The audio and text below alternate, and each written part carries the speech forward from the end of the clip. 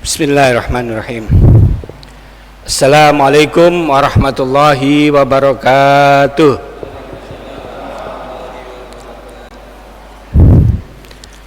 Bismillahirrahmanirrahim. Alhamdulillahirabbil alamin. Wassalatu wassalamu ala asrafil anbiya wal mursalin sayyidina wa maulana Muhammadin wa ala alihi wa ashabihi ajma'in. Amma ba'du. Hadratul kiram, para alim, para ulama, para asatid, para kiai, segenap bapak-bapak, ibu-ibu, para jamaah sholat maghrib yang dirahmati. Pertama-tama mari kita sama-sama senantiasa mengucap rasa syukur kehadirat Allah Subhanahu wa taala dengan bersama-sama melafadzkan alhamdulillah, alhamdulillahirabbil alamin. Segala puja dan puji semata-mata hanyalah milik Allah Subhanahu wa taala. Salawat serta salam tercurah kepada baginda Rasulullah Muhammad sallallahu alaihi wasallam beserta para keluarga, para sahabat dan para pengikut-pengikut beliau. Dan insyaallah mudah-mudahan kita semuanya senantiasa diakui, digolongkan sebagai para pengikut-pengikut baginda Rasulullah Muhammad sallallahu alaihi wasallam, dan mudah-mudahan kelak kita akan mendapatkan syafaatnya. Amin ya rabbal alamin. Bapak-bapak, ibu-ibu, para jamaah sekalian, alhamdulillah pada kesempatan yang berbahagia ini, setelah kita melaksanakan kewajiban kita, yakni melaksanakan sholat maghrib secara berjamaah dan zikir, maka kesempatan sejenak kita memanfaatkan waktu menjelang sholat isya, kita talabul ilmi, memanfaatkan waktu untuk menambah wawasan, keilmuan, saling tawasau bil haq, tawasau bis sabr, untuk saling mengingatkan dalam kebajikan dan kesabaran. Bapak-bapak, ibu-ibu rahimakumullah, malam hari ini kita akan melanjutkan taklim kita tentang menjelaskan tentang hadis-hadis yang ada pada kitab kumpulan hadis Al-Arba'in. Hadis Arba'in, insyaallah malam hari ini kita sudah sampai pada hadis yang ke-7, mudah-mudahan nanti sampai pada ke-8 ya. Ya, hadis ke-7 sebenarnya pendek tapi mungkin perlu uraian yang agak panjang. Bismillahirrahmanirrahim.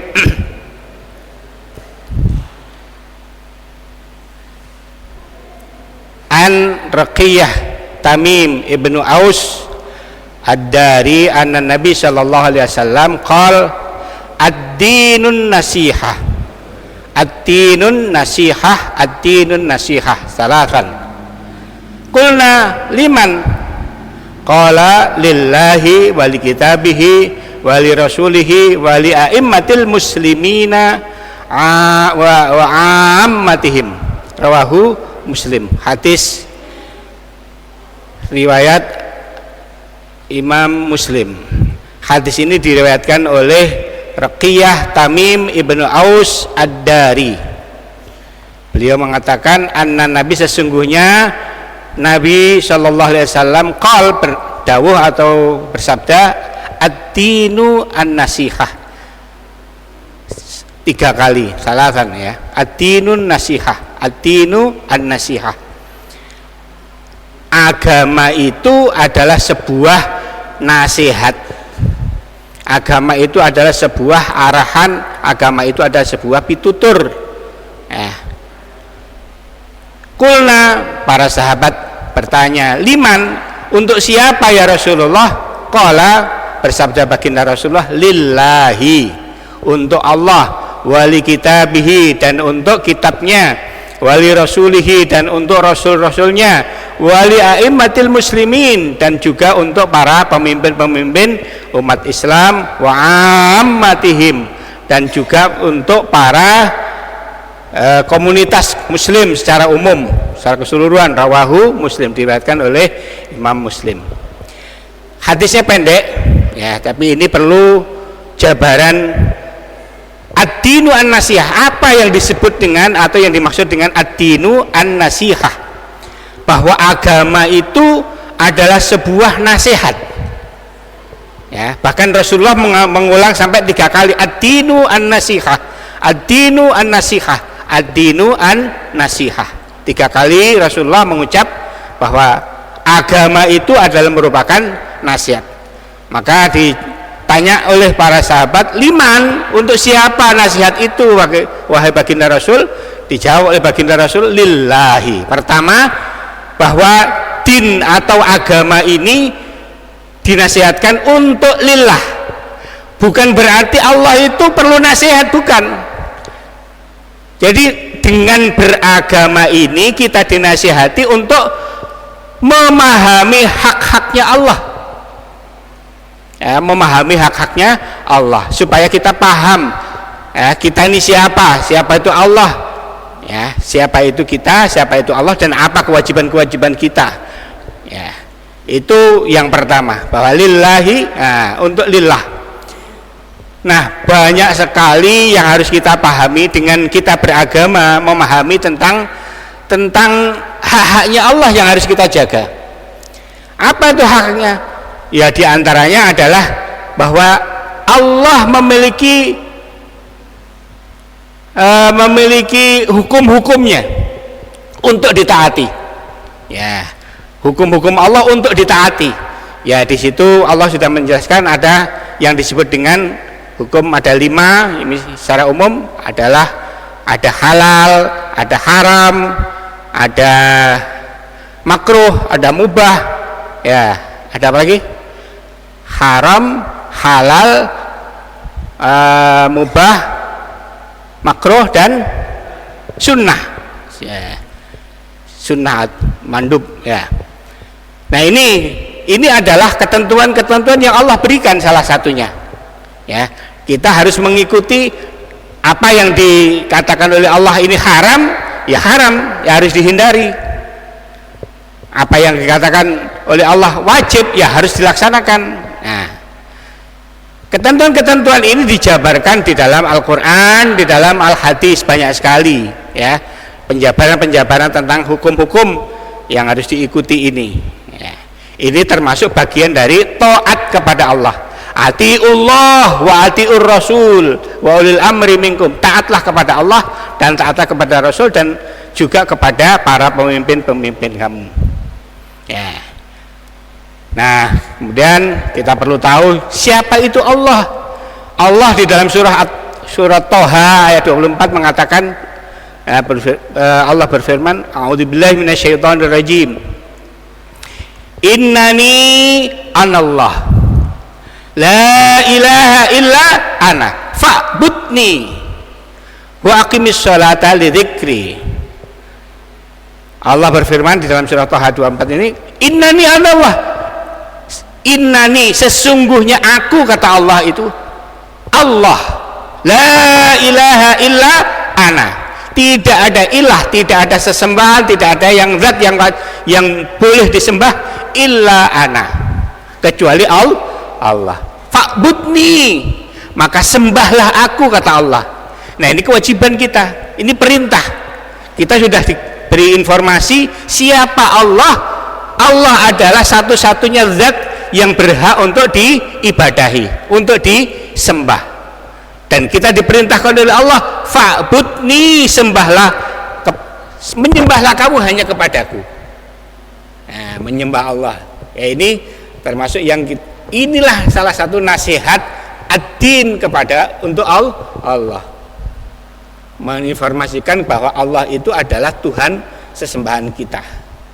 Wa aqimis sholata lidzikri, juga dikatakan oleh Allah, wa aqimis sholat, tegakkan sholat, kerjakan sholat dan tegakkan sholat, lidzikri ya, untuk apa? Untuk mengingatku.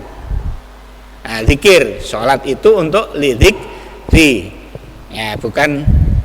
Jadi kalau sholat bukan untuk zikri berarti keluar dari tujuan sholat ya. Ada sholat itu yang penting gugur kewajiban, yang penting sudah melaksanakan. Nah, itu tidak sesuai dengan harapan Allah Perintah Allah, aqimis sholata lidzikri. Tegakkan sholat, kerjakan sholat untuk zikir kepadaku. Maka as-sholatu itu dari awal takbiratul ihram ya sampai salam isinya zikrullah. Ya, isinya ada zikrullah, zikir kepada Allah, mengingat. Mulutnya berucap, badannya bergerak sesuai dengan apa yang dicontohkan oleh baginda Rasulullah. Begitu hati dan pikiran kita juga mengikuti gerakan fisik kita. Insya Allah memang susah, memang sulit. Inilah yang disebut dengan sholat khusyuk, sholat yang jasadan waruhan, secara jasad dan ruh kita itu menghadap Allah.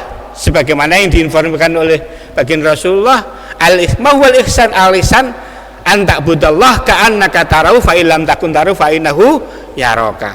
Menghadap Allah, menyembah Allah seakan-akan kamu lihat Allah, menyaksikan Allah di depanmu. Fa illam tarahu, tetapi jika kamu belum mampu seperti itu, fa illam ta'budallah ka'annaka fa illam takun tarahu fa innahu yaraka. Ingat dalam hatimu itu Allah muraqabah. Allah itu mengawasi, Allah itu memperhatikan kamu.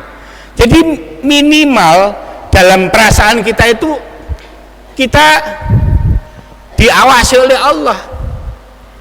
Ya, kalau bisa memang dialog dengan Allah. Dialog dengan Allah. Kalau bisa itu betul-betul mantap dalam hati. Iyyaka na'budu wa iyyaka nasta'in. Ya Allah, hanya kepada Engkau lah aku menyembah. Ya Allah, hanya kepada Engkau lah aku mohon pertolongan. Itu dalam hatinya itu seperti itu. Diusahakan kita ini minimal itulah kata-kata itu. Ya, apalagi kalau kita sudah mohon ihdinas siratal mustaqim. Ya Allah, tunjukkanlah kepada hamba ini jalan yang lurus. Siratal ladzina an'amta alaihim ghairil maghdubi alaihim waladdallin. Yaitu jalan orang-orang yang Kau beri nikmat ya Allah, yang Kau ridhoi, bukan jalannya orang-orang yang sesat, bukan jalan yang Kau murkai, yang Kau marahi, yang tidak Kau ridhoi. Itu dialog kepada Allah ya. Jadi mulut kita berucap, hati dan pikiran kita itu menuju Allah. Seakan-akan kita memang betul-betul berkomunikasi dengan Allah. Ini perlu latihan ya, perlu kesadaran yang penuh ketika kita menghadap Allah. Tanpa kita niati dari awal, makanya kita dituntut dari awal itu begitu Allahu Akbar kita ada doa iftitahnya, wajjahtu wajhiya, aku betul-betul menghadapkan wajahku lillahi, kepada Allah, fataras samawati wal ardh, yang telah menghamparkan langit dan bumi ini, hanifan muslimah, aku ikhlas ya Allah melaksanakan sebagai seorang muslim, wa ma ana minal musyrikin, bukanlah aku tergolong orang-orang yang musyrik. Inna sholati wa nusuki wa mahyaya wa mamati lillahi rabbil, itu diucap dengan penuh kesungguhan di hadapan Allah. Ya Allah, sesungguhnya sholatku, ibadahku, hidup dan matiku ini hanya kupersembahkan untukmu ya Allah. Nah, itu memang betul begitu doa iftitah kita panjatkan, kita sudah dipandu oleh Allah. Setiap gerakan kita diingatkan Allahu Akbar. Ingat, hanya urusan kepada Allah yang maha besar. Yang lain-lain, urusan dunia, urusan anak, urusan istri, urusan pekerjaan, semuanya kecil ya kan. Mau rukuk Allahu Akbar, sami Allahu liman hamidah, Allah mendengar yang memujinya. Kemudian takbir, Allah, Allah, Allah, terus dipandu setiap gerakan itu agar hati kita ini diingatkan kembali bahwa urusanmu saat ini itu adalah menghadap Allah. Urusanmu saat ini adalah kamu bicara dengan Allah, komunikasi dengan Allah, sehingga betul-betul ayo kita ini berusaha untuk bisa sholat dengan komunikasi dengan seperti itu. Ya, walaupun kita tidak mampu melihat Allah, dalam arti dikatakan oleh Al-Ihsan tadi, minimal muraqabah kepada Allah. Kita merasa terus dipandu, diawasi oleh Allah setiap gerakan kita, setiap ucapan kita. Nah, ini apa yang dinasihatkan oleh agama kepada untuk Allah, ya, lillah fa'budni wa aqimis sholata li dzikri. Nah, ini sebagian yang bisa kita ungkapkan bagaimana nasihat agama untuk Allah. Kemudian yang kedua, wali kitabihi. Nah, wali kitabihi ini bagaimana nasihat agama ini untuk kitabnya. Ya, terutama kalau sekarang ini adalah kitab suci kita adalah Al-Quran. Ya, haknya Al-Quran itu apa? Ya, pertama minimal dibaca, dibaca dulu. Itu paling rendah. Haknya Al-Quran yang harus kita tunaikan adalah untuk dibaca minimal. Ya, minimal untuk dibaca. Nah, ini jangan sampai kita membaca saja tidak. Naudzubillah. Jadi betul-betul pertama yang kita tunaikan adalah membaca Al-Quran. Iqra dulu. Ya, karena sudah dijelaskan oleh Al-Quran sendiri, dzalikal kitabul la raiba fi hudal lil muttaqin. Jadi kitab ini tidak ada keraguan sedikit pun. Hudan lil muttaqin. Merupakan petunjuk linnas, hudan linnas juga dikatakan oleh Al-Quran. Bahwa Al-Quran yang 30 juz itu adalah merupakan panduan atau manual kehidupan kita. Bagaimana kita bisa hidup selamat sesuai dengan apa yang dikehendaki oleh Allah, selamat hidup dunia dan akhirat. Itu adalah mengikuti panduan yang sudah dijelaskan. Jangan menggunakan panduan-panduan selain Al-Quran. Karena itu ibaratnya seperti ini. Ada pabrik Honda mengeluarkan produk misalnya Vario, kemudian pasti diikuti dengan ada manualnya, bagaimana penggunaan sepeda motor yang benar, kapan ganti olinya, ganti businya dan sebagainya, itu bagaimana perawatan agar bisa dipakai dengan baik, gak ngawur. Nah, itu ada panduannya. Jangan kita pakai Honda tapi menggunakan panduan Yamaha, gak cocok, pasti rusak nanti. Nah, begitu juga kita hidup ini. Allah menciptakan kita dengan dibarengi dengan manual kita, dibarengi dengan petunjuk bagaimana hidup yang benar. Itulah Al-Quran.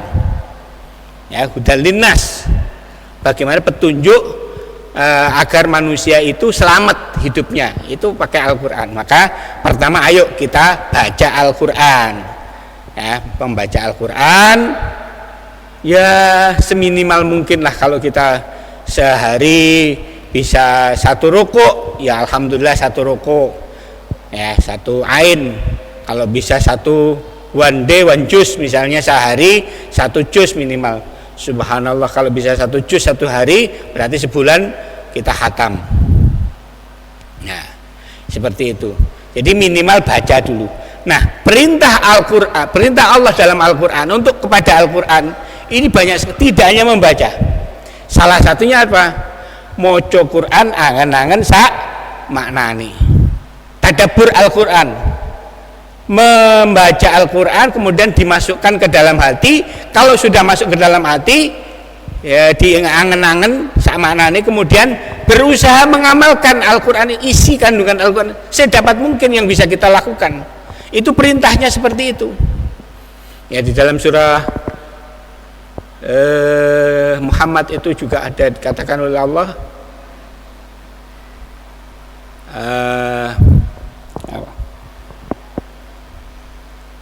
aduh lupa saya, bahwa kita diperintahkan untuk tadabbur Al-Quran. Itu tadabbur Al-Quran, lupa saya, nanti mungkin kalau udah muncul nanti saya sampaikan. Tadabbur Al-Quran, ya. Itu haknya Al-Quran dari kita. Jadi membaca, minimal membaca, kemudian membaca angen-angen sak maknane. Ya, membaca dengan memahami ayat-ayatnya. Kemudian ada ancaman dari Allah, ya, perlu kita perhatikan ini. Ancaman apa? Di dalam surah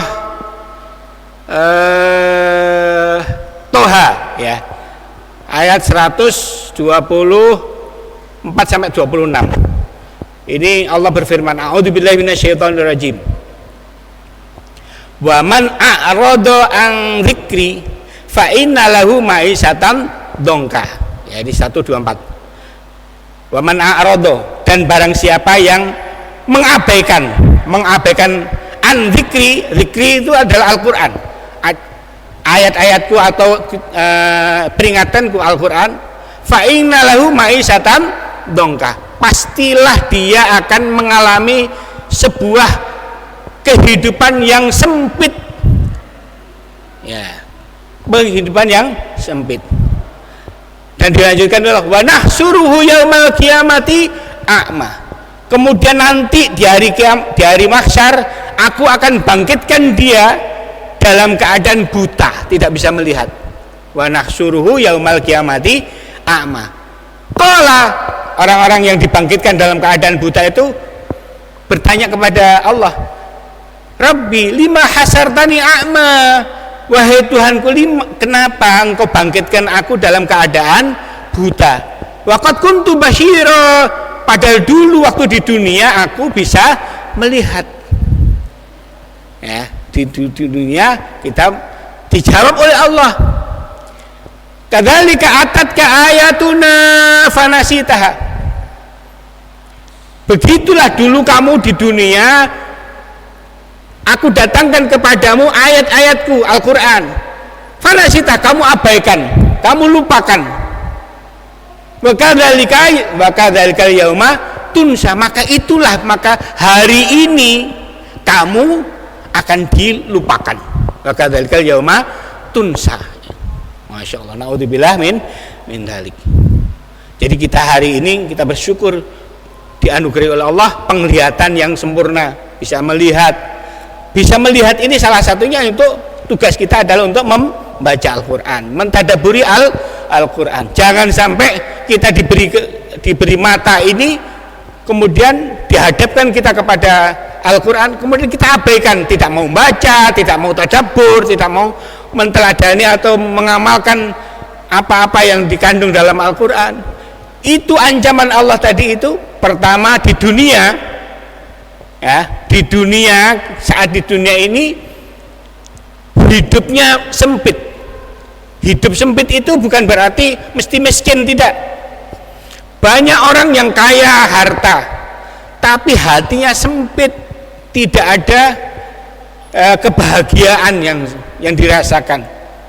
Hidupnya ya ma'isyatan dongka, seperti tertekan, ya, seperti ditekan, ma'isyatan dongka. Apalagi yang mungkin sudah secara materi miskin, kemudian tidak mau membaca, tidak mau mentadabburi Al-Quran, tidak membaca Quran, itu sudah hidupnya sudah susah secara materi, kemudian hatinya juga tidak ada kegembiraan, tidak ada kebahagiaan. Naudzubillah min dzalik. Ya. Jadi itu pertama, hadiah pertama ketika kita mengabaikan Al-Quran adalah kita ini dikaruniai oleh Allah kehidupan yang sempit. Yang mungkin sempit secara harta, tapi yang utama adalah sempit secara hati, kebahagiaan kita. Nah, itu yang pertama. Yang kedua, ketika nanti di mahsyar, ketika kita dikumpulkan, sudah meninggal semuanya, kemudian dibangkitkan kembali, nahsyuruhu yaumal qiyamati a'ma, akan dibangkitkan oleh Allah dalam keadaan buta, matanya nggak bisa melihat. Makanya mereka itu yang dibangkitkan dalam keadaan buta seperti itu bertanya kepada Allah, ya qala rabbi lima hasartani a'ma, wahai Rabbku, wahai Tuhanku, kenapa engkau bangkitkan aku dalam keadaan tidak bisa melihat, a'ma. Dijawab oleh Allah dalam Al-Quran itu, kadzalika atatka ayatuna, begitulah dulu kamu di dunia, ya, aku datangkan kepadamu ayat-ayatku, Al-Quran, fanasitaha, kemudian kamu abaikan, tidak mau baca, tidak mau tadabburi, tidak mau mengamalkan kandungannya. Wa kadzalika yauma tunsa, begitulah maka nasibmu hari ini, ya, kamu dilupakan. Nah, naudzubillah min dalik. Ini yang perlu kita harus hati-hati, ya, hidup kita ini jangan kita sia-siakan. Anugerah Allah dengan panca indera kita salah satunya adalah untuk mensyukuri nikmat itu dengan cara apa? Supaya mengagungkan Allah, mentadabburi ayat-ayatnya, kitab-kitabnya, supaya kita bisa selamat hidup kita, dan di akhirat nanti kita mendapatkan kebahagiaan yang sejati, ya, karena kita di dunia mengikuti aturan-aturan Allah sesuai dengan petunjuk yang diberikan oleh Allah Subhanahu wa taala. Ya, itu. Ini adalah nasihat ad-din, nasihat agama kita untuk al-kitab atau al-Qur'an al-kitabih. Kemudian yang ketiga, ad-dinu nasihat liman li wali rasulihi, nasihat untuk rasulnya. Apa kewajiban hak-haknya Rasulullah kepada kita ini? Ya, banyak sekali. Keberadaan Rasulullah, ya, keberadaan Rasulullah adalah pertama sudah dikatakan jelas bahwa Rasulullah diturunkan sebagai untuk pemandu kita, sebagai contoh suri tauladan kita. Ya, laqad kana fi Rasulillah uswatun hasanah. Sungguh pada kepribadian Rasulullah itu terdapat suri tauladan yang baik. Ya. Liman karena yarjullah wal yaumal akhir wa dzakarallah katsira. Untuk siapa teladan yang baik? Untuk siapa? Untuk mereka-mereka yang yarjullah, yang mengharapkan ridhonya Allah. Bagi yang mereka tidak mengharapkan ridhonya Allah, ya urusan terserahlah. Memang orientasi hidupnya bukan untuk mencapai mardhatillah. Tapi bagi kita, ya, yang mengharapkan ridhonya Allah, maka contoh kehidupan atau kepribadian baginda Rasulullah itu diturunkan oleh Allah ke muka bumi ini dalam rangka untuk memberikan teladan, ya, karena Rasulullah itu adalah manusia biasa yang berkeluarga, yang beristri, beranak, bahkan berdagang dan sebagainya. Semua itu untuk dalam rangka dicontoh, menjadi uswah, menjadi keteladanan bagi umat-umatnya, para pengikut-pengikutnya. Ya, ini salah satu nasihat agama yang untuk baginda Rasulullah Sallallahu Alaihi Wasallam, ali rasulihi. Ya, uswah yang pertama, ya, sebagai keteladanan kita dalam kehidupan kita. Yang berikutnya adalah salah satu nasihat atiullah wa ati rasul. Rasulullah adalah untuk ditaati, ya, untuk wa ma atakumur rasul fakhuduhu wa ma nahakum anhu fantahu. Apa saja yang diperintahkan oleh baginda Rasulullah maka laksanakan. Wa ma atakumur rasul fakhuduhu. Apa saja yang diperintahkan oleh baginda Rasulullah maka kerjakan. Wa ma nahakum fantahu. Kalau sudah dilarang oleh baginda Rasulullah, intahu, artinya jauhi, ya, jangan sampai kita mengerjakan atau melanggar itu. Ya, ini salah satu adalah hak-haknya Rasulullah dari kita semua, adalah untuk ditaati, ya, apa yang diperintahkan diikuti, apa yang dilarang harus dijauhi. Karena memang baginda Rasulullah diutus ke muka bumi ini sebagai utusan Allah untuk melaksanakan syariat-syariatnya. Ada yang dilarang, ada yang diperintah, ada yang makruh, ada yang mubah, ya, ada sunnah dan sebagainya. Itu adalah melaksanakan ini. Contoh-contoh real dalam kehidupan baginda Rasulullah sudah diteladankan di dalam kehidupan nyata, sehingga kita tidak berpikir terlalu jelimet karena contoh sudah ada, ya. Keteladanan sudah diberikan oleh Allah lewat baginda Rasulullah Shallallahu Alaihi Wasallam. Wali rasulihi, ya. Kemudian berikutnya setelah wali rasulihi itu wali a'immatil muslimin. Wali a'immatil muslimin, nasihat agama untuk para pemimpin. Nah, para pemimpin. Ya salah satunya kemarin pernah diributkan itu bagaimana kita menjadikan pemimpin untuk kita kaum muslimin. Ini penting, menjadikan pemimpin-pemimpin dari kita orang muslim. Jangan sampai kita menjadikan pemimpin-pemimpin di luar agama kita. Ya, kemarin kan sudah ribut penistaan agama, Ahok dan sebagainya, ya, Al-Maidah itu. Ya, itu salah satunya karena kita umat Islam ini nggak konsekuen. Salah satunya sudah diberitahu bahwa kepemimpinan itu penting, menentukan kehidupan kita. Kalau pemimpinnya lurus, tegak lurus, maka umat-umat ini akan mengikuti baik, menjadi baik.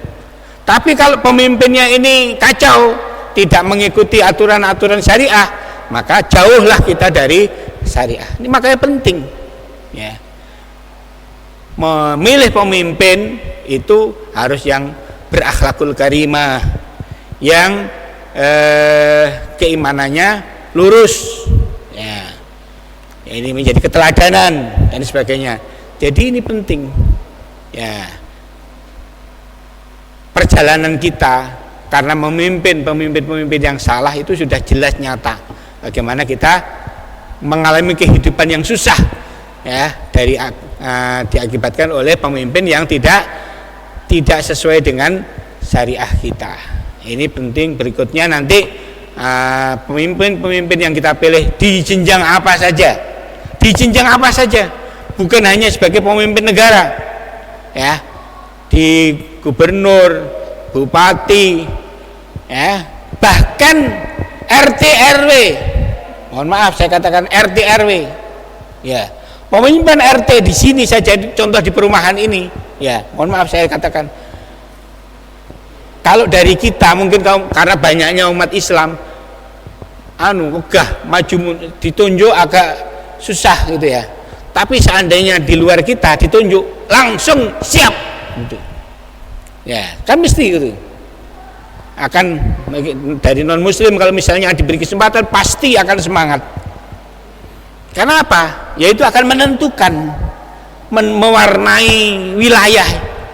Ya, makanya jangan abai, ya, jangan mengabaikan hal-hal seperti ini. Jadi RT pilih yang bisa diteladani, yang bisa mengarahkan kita dan sebagainya. Itu penting. Walaupun sekedar tingkat RT, tingkat RW, ya, tingkat lurah dan sebagainya, itu pilihlah yang betul-betul berdasarkan agama.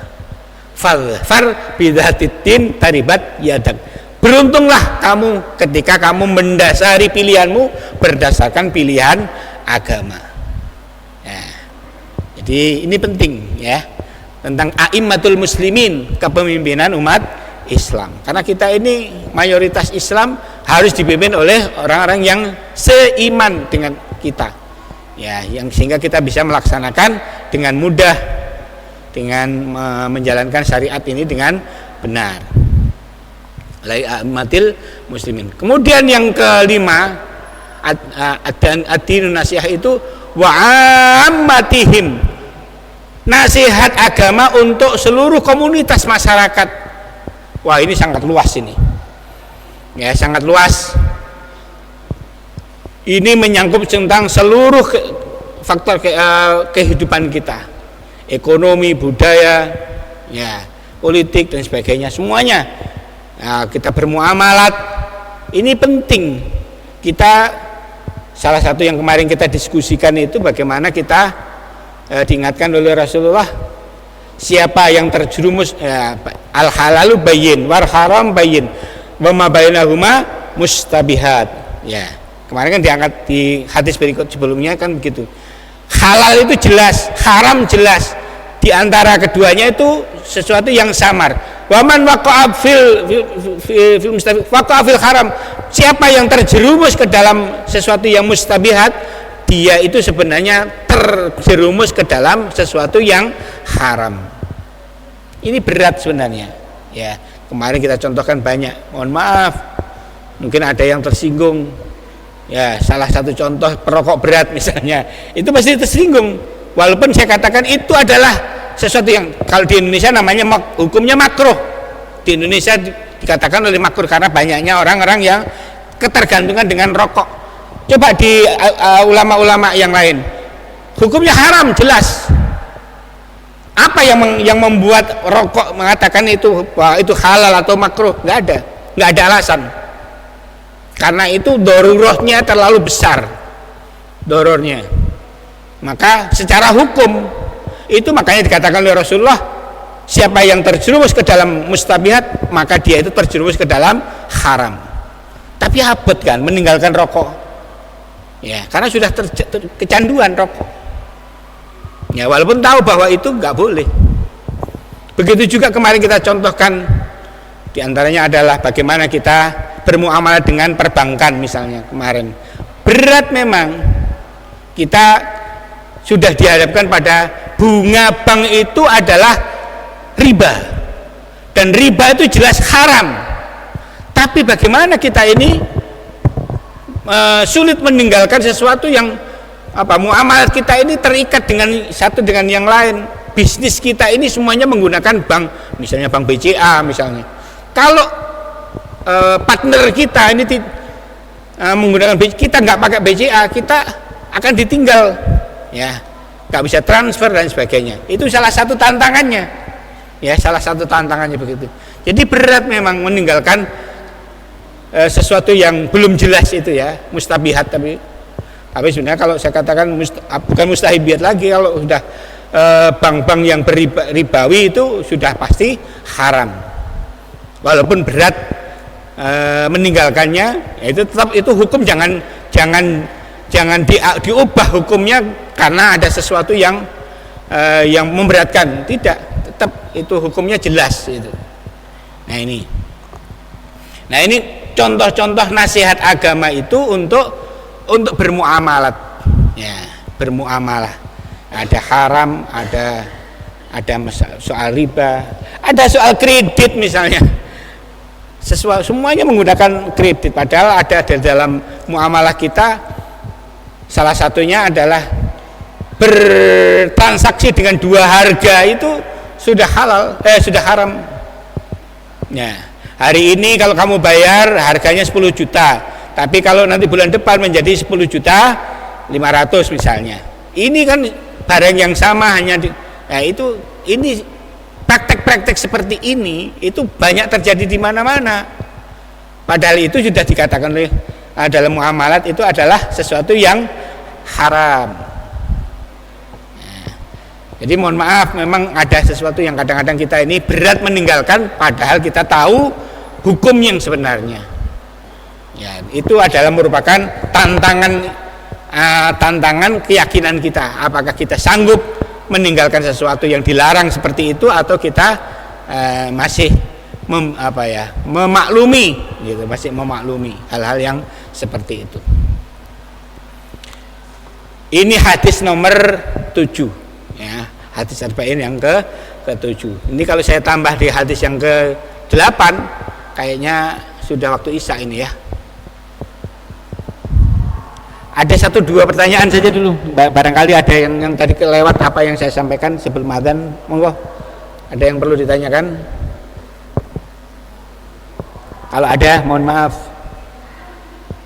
kalau tidak ada ya lewat, artinya kita sudah sudahi. Ya nanti Ustadz Widodo mungkin bisa meluruskan mungkin apa yang saya sampaikan. Monggo, kalau ada yang kurang benar, kurang lurus, diluruskan, tidak apa-apa.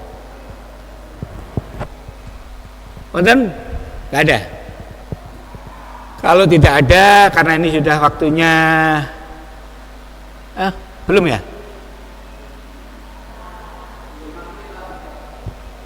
Oh, masih ada waktu 5 menit. Ya mau kita buka pertanyaan kalau gitu sambil menunggu 5 menit. Monggo, silakan.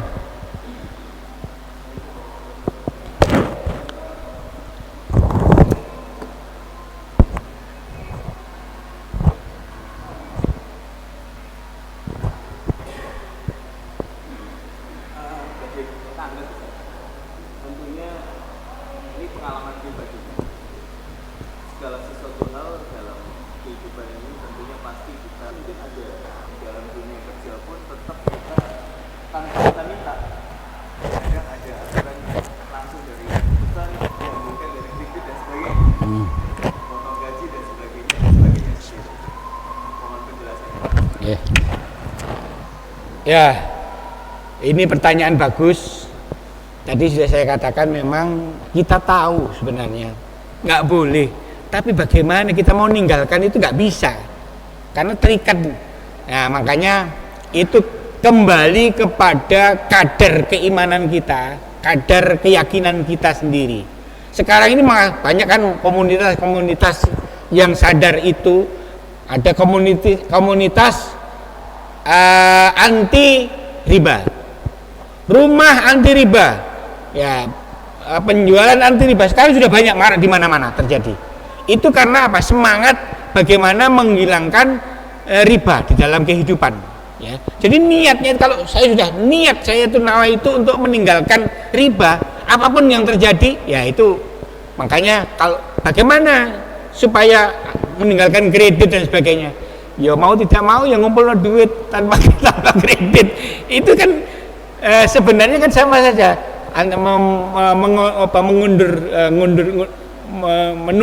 menunda pembelian. Ini kalau saya butuh rumah sekarang ini saya harus kredit, di situ ada ribanya dan sebagainya. Nah, tapi kalau saya harus kontrak dulu misalnya sedikit-sedikit tapi nanti sambil mengumpulkan uang, nanti saya kumpulkan saya beli rumah.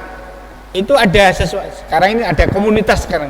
Banyak komunitas yang properti lah, mobil dan sebagainya sekarang yang jual tanpa riba. Namun seringkali tanpa kita ketahui, tanpa kita inginkan, sudah ada kebijakan melalui potong gaji atau komisi atau bagaimana kita tidak tahu harus pakai bank ini yang itu bagaimana. Ya itu tadi sama seperti, mohon maaf saya sering ngeritik ibu-ibu di PKK, misalnya ibu-ibu di RT itu arisan RT mesti ono riba nih, ya kan, utang sewu dari sewu satu, utang 1 juta menjadi 1.100.000 dibayar setiap kan itu yang terjadi. Kalau nggak ikut situ ya apa ya berat juga, tapi kalau ikut ya kena riba. Masalahnya itu, makanya dulu ada orang yang sudah misalnya nggak bisa meninggalkan bank konvensional, dia tahu saya menaruh uang itu 10 juta misalnya, saya hanya berhak memanfaatkan uang saya 10 juta, bahkan dipotong dengan administrasinya.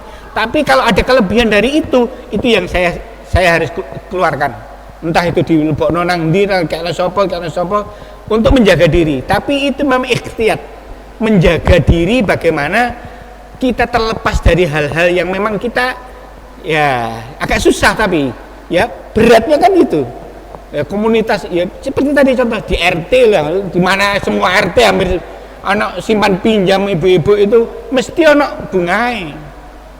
Tapi kalau nggak mau kok dikucilkan dari pergaulan lah, nggak dianggap wong ini semuanya untuk masyarakat sendiri, nanti untuk macam-macam alasannya. Ya kalau nggak mau akan terkucil misalnya itu. Tapi kalau mau kita kena riba. Ya itu caranya bagaimana? Kalau dapat riba, uang yang lebihan itu wis aja dipangan wis. Intinya jangan masuk ke dalam untuk diri kita, untuk keluarga kita. Berikan saja untuk yang sedekahkan kepada yang lain. Supaya kita ini terhindar dari hal-hal yang memang ini walaupun sedikit kita akan lebih selamat. Ya tentu memang ikhtiar kita seperti itu. Mohon maaf ini memang banyak praktik-praktik yang seperti ini terjadi. Tanpa kita inginkan tiba-tiba juga ada pemotongan. Betul begitu. Ya sama dengan naruh bank kan maunya nitip saja, tapi di situ dikasih, tahu-tahu ya ada bunganya. Namun kadang-kadang juga ada hadiah juga. Itu tantangan-tantangan saja yang perlu kita ya untuk diri kita lah, mana yang kira-kira untuk menyelamatkan diri kita, mana yang kira-kira mustabihat atau hal yang masih haram, ayo kita bersihkan diri kita dari hal-hal yang masih seperti itu dengan cara yaitu tadi, kalau memang ada ya disedekahkan, nggak apa-apa, jangan sampai untuk diri kita, anak kita dan sebagainya itu. Ngapunten. Demikian saya kira apa yang bisa saya sampaikan untuk malam hari ini. Mudah-mudahan Allah memberikan kesempatan pada kita untuk berikutnya, dan atas segala kekhilafan, kekurangan, kesalahan saya mohon maaf yang sebesar-besarnya. Dan mari kita tutup pertemuan kita dengan kafaratul majlis. Subhanakallah wa bihamdik asyhadu an la ilaha illa anta astaghfiruka wa atubu ilaik. Wallahu muwaffiq ila aqwamit thoriq. Wassalamualaikum warahmatullahi wabarakatuh.